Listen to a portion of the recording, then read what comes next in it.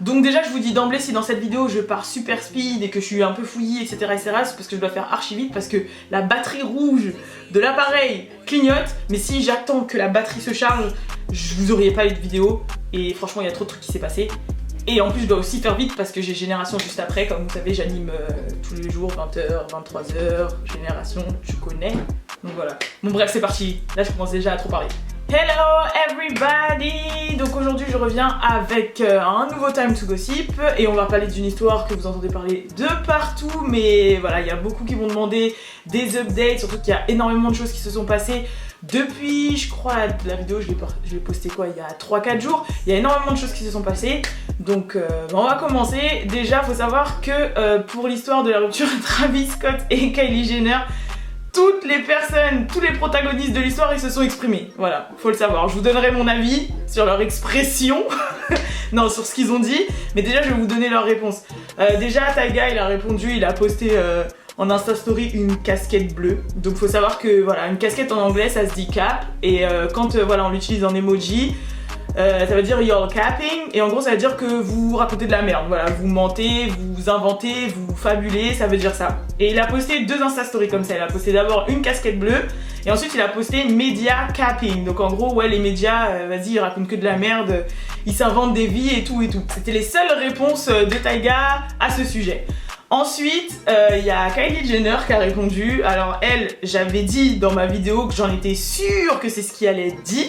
Vraiment, je vous l'avais dit. Alors que Internet extrapolait tout en gros, et que il n'y a pas eu de rendez-vous à 2h du matin avec Tyga. Que elle, tout ce qu'elle faisait, c'est qu'elle avait déposé 2 potes à elle au studio, et c'était le studio comme par hasard dans lequel il se trouvait et qu'il avait une session. Bon, on y croit tous. Le blabla habituel que je vous avais dit, elle et Travis sont en bons termes, et le plus important et leur grande priorité, c'est Stormi. Voilà, de toute façon, c'est ce qu'ils disent tout le temps. Au bout d'un moment, voilà. Et ensuite, dans la foulée, alors la personne, excusez-moi, qui s'est exprimée, et bon bah j'ai fait un lapsus révélateur, hein, c'est la side chick, qui serait peut-être pas la side chick au final. Alors elle se prénomme Rojean, puisque j'avais pas son prénom avant, donc R-O-J-E-A-N. Son Insta c'est Young Sweet Ro. Bon après là elle s'est mise en privé depuis, et elle aussi elle s'est exprimée. Aucune de ces rumeurs n'est vraie, là c'est juste Internet qui invente des fausses histoires, de dire des mensonges et que ça se diffuse, voilà. Et laissez-nous tranquilles, parce que ça affecte de réelles vies, merci. Alors, et quand les 3 ils ont posté enfin voilà, ce qu'ils avaient à dire dans la même journée, Travis n'a rien dit, mais je vais y revenir après à son cas. Lui il n'a rien dit, il s'est exprimé que un jour plus tard. Moi mon point de vue, déjà je l'avais dit dans l'autre vidéo, qu'il y allait avoir ce genre de réaction, ouais non c'est faux, le plus important, nous on est en bon terme. Je savais. Maintenant ce que je trouve bizarre dans l'histoire, c'est que les 3 se sont exprimés à peu près au même moment, limite si c'est pas la même heure dans la journée. On sait très bien que quand t'es une personnalité, t'as ce qu'on appelle des publicistes. En gros, c'est des gens qui gèrent un peu ton image. Que bon, chez la famille Kardashian-Jenner, gérer l'image, voilà, ils en sont rois. Et que en gros, bah de toute façon, c'était la réponse logique que toute personne avec notoriété, quand ils sont un peu dans la merde au milieu des cancans, répondent. Mais personnellement, je trouvais ça un peu bizarre. Et même mon esprit complotiste, il est parti un peu loin dans le délire. Je me suis dit, alors soit... surtout pour que la meuf, elle dise ouais c'est faux, tout est faux, tout est faux, mais pareil je vais m'occuper de son cas. Soit il y a eu de l'argent, c'est-à-dire que la meuf a été payée pour mettre ce message là. Et Tyga, bah je pense qu'il a toujours des sentiments pour Kylie et qu'elle va juste lui dire ouais s'il te plaît j'ai une fille, tatati tata, à la poster. Soit là je vais grave loin, mais il y a eu des menaces. Parce que quand plus t'as de l'argent, plus t'as du pouvoir. Moi je suis milliardaire et il y a des gens qui menacent ma vie. Gros, il y a peut-être eu des menaces. Peut-être ouais voilà on a des trucs sur toi, donc t'as intérêt à rentrer dans les rangs et à nous dire je sais pas quoi. Et soit bah ils assument pas, tout simplement. Après franchement pourquoi je dis que moi j'y crois pas du tout, mais quand je vous dis du tout, déjà de 1 on va parler du cas de Kylie. Il y a un mec qui a posté un truc et son tweet il a vraiment été repris à cet homme là. Il a dit alors tes potes riches ils avaient pas assez d'argent pour ne serait-ce que se payer un Uber pour les déposer au studio, et toi mère d'un enfant en bas âge, milliardaire, tu vas prendre de ton temps pour aller les déposer à 2h du matin dans un studio. Genre tes potes ils t'appellent, ouais s'il te plaît tu peux me déposer, je suis en galère, et tu vas les déposer au studio. Moi je trouvé ça bizarre. Après, chacun sa vie, hein, ça se trouve, voilà, elle voulait, je sais pas moi, genre en mode délire, ouais j'ai envie de sortir, machin, mais enfin, il avait pas tort, franchement il avait pas tort, il y a grave des gens qui ont rigolé et tout, et il y a eu beaucoup de réactions et beaucoup de médias américains ont repartagé son tweet parce que d'un côté il avait pas tort, n'hésitez pas à dire ce que vous en pensez, mais franchement le plus gros foutage de gueule de l'histoire c'est la meuf, c'est Rojin là, je sais pas qui, parce que elle a passé des mois, des jours, des années à descendre Kylie, à faire des sublis, à la viser directement même dans ses Insta Stories, à... Non, laissez-moi vous dire quelque chose. C'est la side chick. Vous savez les meufs qui gèrent ton mec, mais qui mettent des grains de riz comme ça là, comment ça s'appelle, des cailloux, comme Hansel et Gretel pour qu'on les retrouve. C'est ce qu'elle a passé son temps à faire. Il y a d'autres preuves justement qui sont ressorties et je vais vous les mettre. La première, là, elle se prend en selfie dans un miroir. Derrière, comme par hasard, bien cadré derrière sur la gauche, il y a les baskets de Travis. Et on sait que c'est ses baskets parce que voilà, les médias sont très chauds, ils ont vu que c'était son modèle, que tac, il les portait plusieurs fois dans d'autres photos, nanani, nanana, tu connais. Et que la meuf, elle jamais elle fait du 47. Autre truc, ils ont carrément comparé des posts des deux Instagram, de celle de l'Insta de Travis et de l'Insta de la meuf.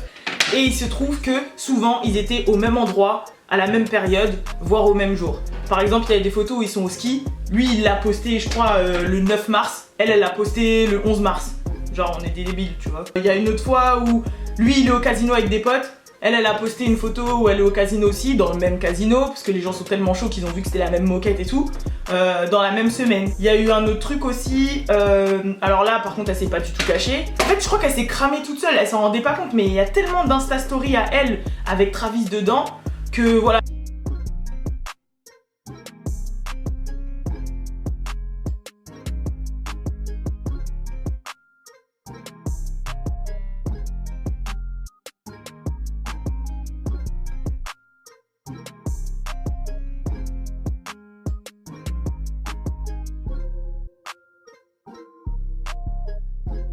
Et après, elle va mettre le truc, ouais c'est faux, vous vous inventez des vies, toute l'histoire n'est pas vraie. Il y a aussi un autre Insta Story qu'elle a posté, le jour du Sunday Service de Pâques de Kanye West. On a vu déjà qu'elle était présente sur les lieux. Elle a posté un Insta Story où elle était dans une Ferrari avec l'invitation Sunday Service et un morceau de la cuisse d'un homme. Et en fait, pareil, les médias sont archi chauds et ils ont trouvé d'autres photos d'elle où elle posait à côté et dans une Ferrari blanche. Et bah les gens ont compris que c'était la Ferrari de Travis Scott parce que bah même jante, même marque sur le côté, la ceinture jaune, quand elle se filmait en train de la conduire, bon on voit très bien que c'est exactement le même modèle par rapport au tableau de bord, etc. Même la couleur des boutons c'est exactement les mêmes. On se doute bien que je pense pas qu'elle ait les moyens de s'acheter ce modèle là. Donc en fait, il y avait trop de choses. Vous voyez ce que je veux dire? Non, vraiment, je pense que... Enfin... Je n'ai pas de mots. Franchement, j'ai pas de mots. Ouais, voilà. Moi, rien que pour ça, je n'y crois pas. Quand je vous dis j'y crois pas, je peux pas sortir un communiqué... tout le monde, ouais, c'est que des mensonges, ça n'a jamais existé, j'ai aucun relationnel et tout. Et il y a tout ça. Il y a tout ça. C'est pas possible. Franchement, c'est pas possible. Et pour ce qui est forcément de Travis Scott, donc comme je vous l'ai dit, le moment où tout le monde a fait son petit communiqué de presse, lui, il n'a rien dit parce que c'était le jour de la sortie de son nouveau single Highest in the Room. Forcément, ça lui a fait une promo, mais de dingue. Quand je vous dis de dingue, le clip est sorti, le son est sorti. Non seulement ça lui fait une promo de dingue parce que les gens étaient, voilà, les spotlights et le regard des gens étaient fixés sur lui, sur son couple, etc. Donc ça aide, hein. Mais il y a aussi le fait que le son qu'il a sorti et le clip qu'il a sorti, et elle prend en photo les fenêtres qui sont en face d'elle, sauf qu'on voit la silhouette de Travis dans la fenêtre. Et forcément, elle a mis une caption, une légende, qui attire le regard des gens vers le reflet de la fenêtre. Vous voyez ce que je veux dire? Non, vraiment, je pense que... Enfin... Je n'ai pas de mots. Franchement, j'ai pas de mots. Mais pour vous dire que, ouais, voilà, moi, rien que pour ça, je n'y crois pas. Quand je vous dis j'y crois pas, je peux pas sortir un communiqué... tout le monde, ouais, c'est que des mensonges, ça n'a jamais existé, j'ai aucun relationnel et tout. Et il y a tout ça. Il y a tout ça. C'est pas possible. Franchement, c'est pas possible. Et le truc que j'allais dire, j'ai oublié. Et pour ce qui est forcément de Travis Scott, donc comme je vous l'ai dit, le moment où tout le monde a fait son petit communiqué de presse, lui, il n'a rien dit parce que c'était le jour de la sortie de son nouveau single Highest in the Room. forcément ça lui a fait une promo mais de dingue. Quand je vous dis de dingue, le clip est sorti, le son est sorti. Non seulement ça lui fait une promo de dingue parce que les gens étaient, voilà, les spotlights et le regard des gens étaient fixés sur lui, sur son couple, etc. Donc ça aide, hein. Mais il y a aussi le fait que le son qu'il a sorti et le clip qu'il a sorti, c'est le son Highest in the Room, c'est un son que Kylie avait déjà précédemment teasé pour la promo de ses produits Kylie Cosmetics. Ça remonte à avril, au mois d'avril 2019. Et le petit snippet, comme on dit, le petit extrait qu'elle avait posté avait vraiment cartonné. Beaucoup de gens ont dit ah c'est quand ça ressort. Il y a même les vrais fans, il y avait même des fans carrément de Travis Scott, même la plupart de ses fans connaissaient l'extrait par cœur et quand il le passait en concert ou en festival, etc., les gens le chantaient. Il chantait l'extrait de 30 secondes que Kylie avait posté sur son Insta. Et les gens après ont fait des suppositions et ont dit que forcément si Kylie l'a utilisé pour sa promo, c'est que c'était un son qui plaisait à Kylie, tatati, tatata. Et qu'ils se sont dit, non, le son qu'il a sorti, c'est un son qui doit parler de Kylie, ou forcément même les petites fans de Kylie qui ne connaissent pas forcément Travis Scott ont dû l'écouter pour écouter les paroles, pour regarder le clip, pour savoir s'il y avait une allusion à Kylie, parce que forcément Kylie avait posté déjà en amont la musique il y a des mois en arrière.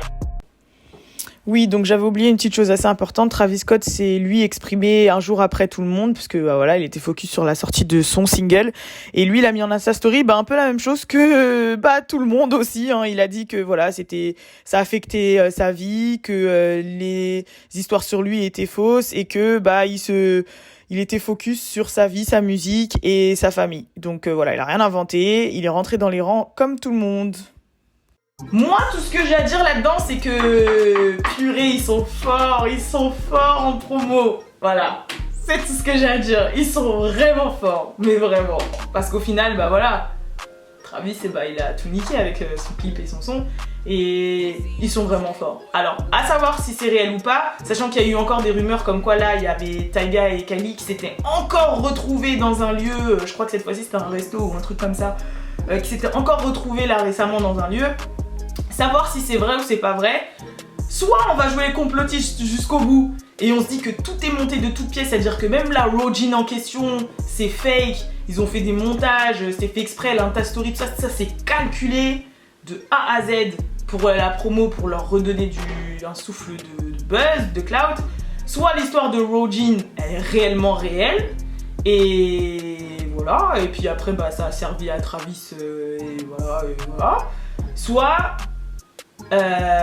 en gros, soit c'est faux, soit c'est vrai. Mais c'est à vous de donner vos avis dans les commentaires en réalité par rapport à tout ce que je vous ai montré, toutes les nouvelles preuves, tout ce qui a été fait et dit. N'hésitez pas à me donner en commentaire. Moi personnellement, je suis un petit peu une complotiste sur les bords. Donc, et je pense que ça se goupille tellement, c'est tellement parfait. Parce que pourquoi sortir ce son en fait? Vous voyez ce que je veux dire? En premier single. Pourquoi? Ah oui, après peut-être c'est parce que c'est un son que tout le monde attendait depuis des mois. Franchement, je sais pas. À vous de me dire ce que vous en pensez. Je vous retrouve très bientôt pour des nouveaux Time to Gossip. Salut!